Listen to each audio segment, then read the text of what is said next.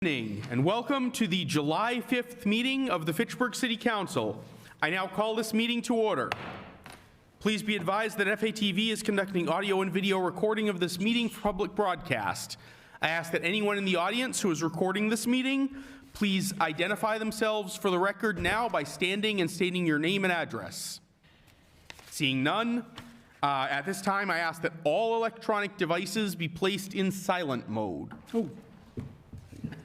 Shut this thing off. Including and especially yours. No, he doesn't want to shut off. There we go. Power off. Councilor Schultz, would you please lead us in the salute to the flag? I pledge allegiance to the flag Of the United States of America. and to the republic for which stands one nation, under God, indivisible, with liberty and justice for all.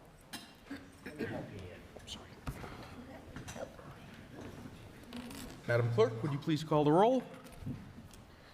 Councilor Schultz. Here. Councilor Squalia. Present. Councilor Van Hazinga. Here. President Zarella. Here. Councilor Boschman. Present. Councilor Kuchar. Councilor Cragen. Here. Councilor Cruz. Here. Councilor Di Natale. Here. Councilor Fleming. Here. Councilor Green. Here. We have 11 members present. I'm sorry, 10 members present. Thank you very much. The public had been advised to contact the clerk's office regarding any comments of no more than 2 minutes. None have been brought to our attention. If there is anyone in the audience wishing to speak in our public forum, please approach the center podium, identify yourself by name and address, and identify the agenda item on which you wish to speak. And then you may speak for not more than 2 minutes. Seeing none, we will begin with the report of the Appointments Committee. Is there, Councilor Di Natale will be substituting for Councilor Kuchar. Thank you, Mr. President. Appointments Committee met this evening at 6:45 p.m. Took up one appointment, Ms. Barbara Slattery, term to expire July 1st, 2025, for the Fitchburg Disability Commission. The committee unanimously confirmed her appointment. Motion to approve. Second. I have a motion and second to approve the report of the of the Appointments Committee. If there is no objection, we'll take this by unanimous consent. Seeing none, it is approved. We will now hear a report of the Committee on Records. Councilor Cruz. Thank you, Mr. President. The records appear to be in order. Thank you. Make a motion, we accept. Second. I have a motion and second to accept the report of the Committee on Records. If there is no objection, we'll do this by unanimous consent. Seeing none, it is approved. Communications from His Honor the Mayor. We have several appointment letters. Andrew Lepasti as a member of the Fitchburg Historical Commission, term to expire July 1st, 2025. Eric Chartrand as a member of the Zoning Board of Appeals, term to expire January 1st, 2025. James Reynolds as a member of the Zoning Board of Appeals, term to expire October 1st, 2023. Full-time student police officers for the City of Fitchburg, Kyle R. Batias, Sean D. McHugh, Florencia J. Rivas, Krish J. Kulka, and Travis E. Morcaldi, and Joyce Jacobs as a full member of the Conservation Commission, term to expire August 1st, 2025. Those will all go to the Appointments Committee. We have the annual water quality report from the DPW for fiscal year 2021. If there is no objection, we'll waive the reading and place that on file in the clerk's office. Seeing none, it will be filed. Report of the City Property Committee. Councilor Cragen. Sure. We met last week, and as you can see, it was a very busy agenda. And you see all the properties that are going to side yard sales, and exciting news about WCHR, which is a Worcester-based company that are going to be creating housing for folks that'll be affordable housing. And we also have moved the Zero Sawmill Pond Road property over to an RFP process, so that is out to the world. And I think, does anyone have anything else to add? Counselor Squalia. Yes, 0 Clarendon Street was not sent to side yard sales. It was sent to an auction. It was recommended to auction, and 110 Fairmount Street and 137 Blossom Street were recommended to an RFP process. Thank you very much. And you can proceed, Counselor Cragan. Sure. So I think that pretty much covers, thank you for the correction, Councilor Squalia. And, yeah, we had a good discussion about the, about the process that 80 Lunenburg Street is going to undergo. And we did have some attendees from the Sawmill Pond Road Community Development. There are 60 units there. And I think that pretty much covers it. You were there as well? Anything to add? I think that covers it. I will just note that the residents of the Sawmill Pond community were pleased with the RFP that was presented. Move to accept the report of the committee. On a motion. We don't, do we have a second? Second.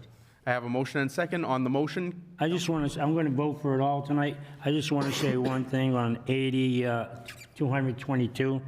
I was talking to Tom S. I want to make it very clear to the city council that I'll support this project tonight, but I'm hoping that we're not trying to be a bedroom community and giving away all our commercial land to build housing.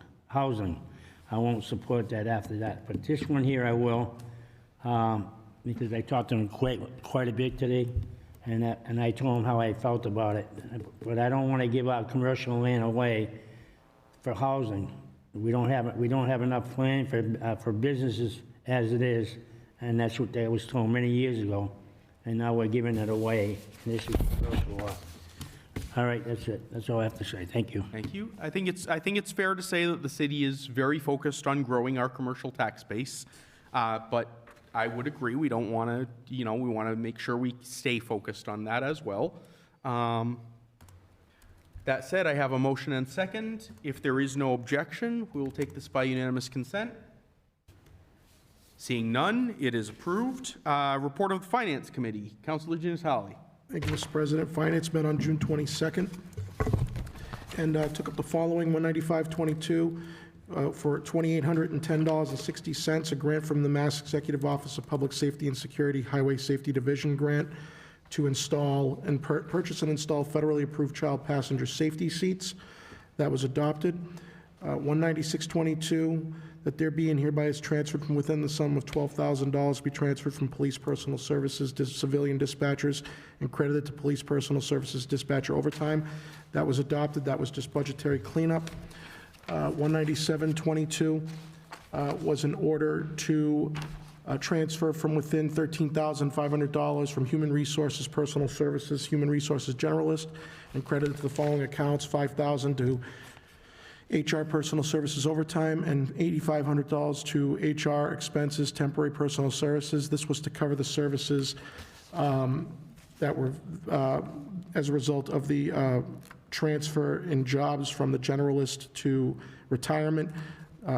Ms. Davis needed someone temporarily to fill in that role. That position has since been hired. New person is now working there. So this is to cover the expenses that were incurred while the transition was occurring. And 19822 was a loan order for $4.8 million for the purpose of paying costs of an accelerated repair project at the Arthur M. Longstrel Middle School located at 98 Academy Street, Fitchburg, to replace windows and doors as outlined in the enclosed order. This was a competitive award that Mr. Jokola, the superintendent, stated to the committee. And of this $4.8 million, the city will be on the hook for roughly $1.2 million, or 26% of the costs. MSBA is covering 74%, and the work will begin sometime next year. Move to accept the report of the committee for 19522 through 19722. Second. All right, I have a motion and second. On a motion. Just a moment.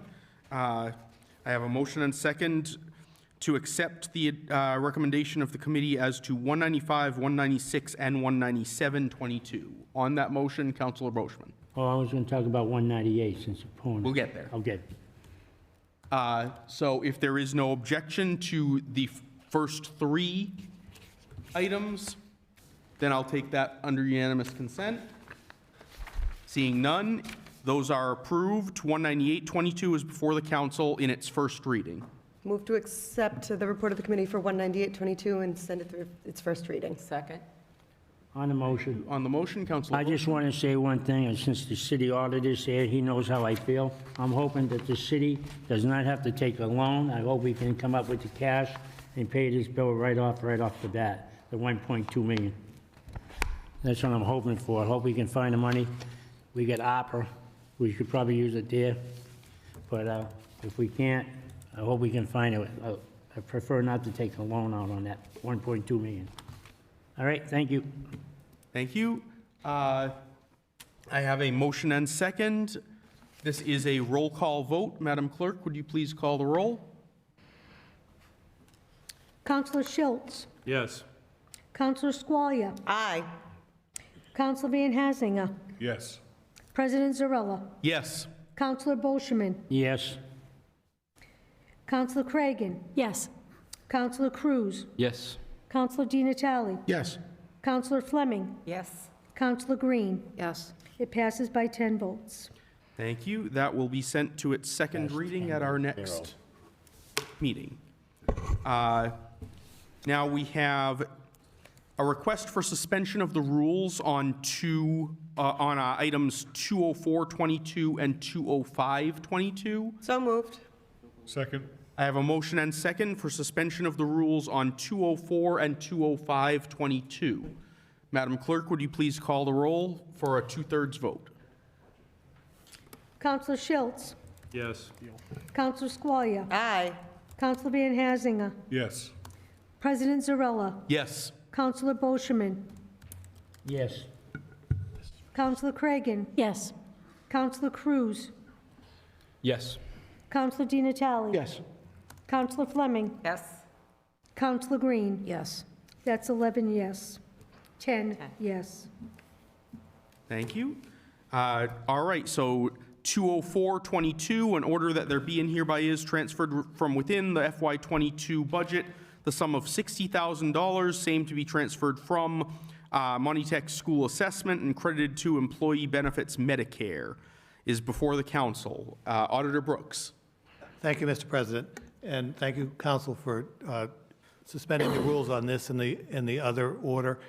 These are just a couple of housekeeping items that we need to do before the end of the fiscal year. These are both from last year's budget, FY22, and those votes need to be taken prior to July 15. The money is coming out of the Monty Tech School Assessment account. Last year, we had budgeted what was our assessment from Monty Tech, and soon after the budget was approved, the state passed its budget, and Monty Tech received an additional influx of money and lowered our assessment. So we had a couple $100,000 extra in that line. So that's where I'm asking this money to come from and being transferred in the first one to the Medicare account. This is what covers the city's share of Medicare tax. As you know, employees pay half, and the city, as the employer, pays half. Last year, we spent about $1,060,000 on Medicare tax. The budget for, that was in FY21. The budget for FY22 was $1,100,000, and currently to date, we're at $1,155,000. So I'm about $55,000 short, and I'm asking for $60,000 just to cover any additional monies that may be necessary to come out of that account. Obviously, because we're past the end of the fiscal year, there's very little wiggle room in terms of any additional spending that could take place. Move to approve the orders 204 and 20522. Second. We haven't discussed 205 yet. Oh, wait, was that covered in? No, we haven't mentioned that specifically. Would you like to roll that in, or would you like us to? It's up to you, Mr. President. Go ahead. It looks like they're closely related anyway, so. Okay, so the 205 has to do with the Medicaid billing commissions that we pay. Medicaid is, the billing is handled by the school department, and they bill Medicaid for certain services that they provide, and then Medicaid reimburses the city. Because the money comes into the general fund, the city pays the cost of doing the billing calculations. We have historically budgeted about $40,000 for this. Right now, we have expenses to date of about $45,000. I'm not sure, but what there could be an additional bill coming, it depends on timing for the fiscal year, so I just want to have a little cushion in there in case something pops up in the next month or so. What this does is generate the revenue from Medicaid that comes into the general fund budget. In FY22, we had budgeted $550,000. We have actually received $641,000. So I think because we've received so much and the billing commissions are based on percent of amount billed, we're receiving more, but we have to pay a little more to get it. Thank you. No problem. Move to approve the orders 204 and 20522. Second. I have a motion and second to approve 20422 and 20522. If there is no objection, we'll take this by unanimous consent.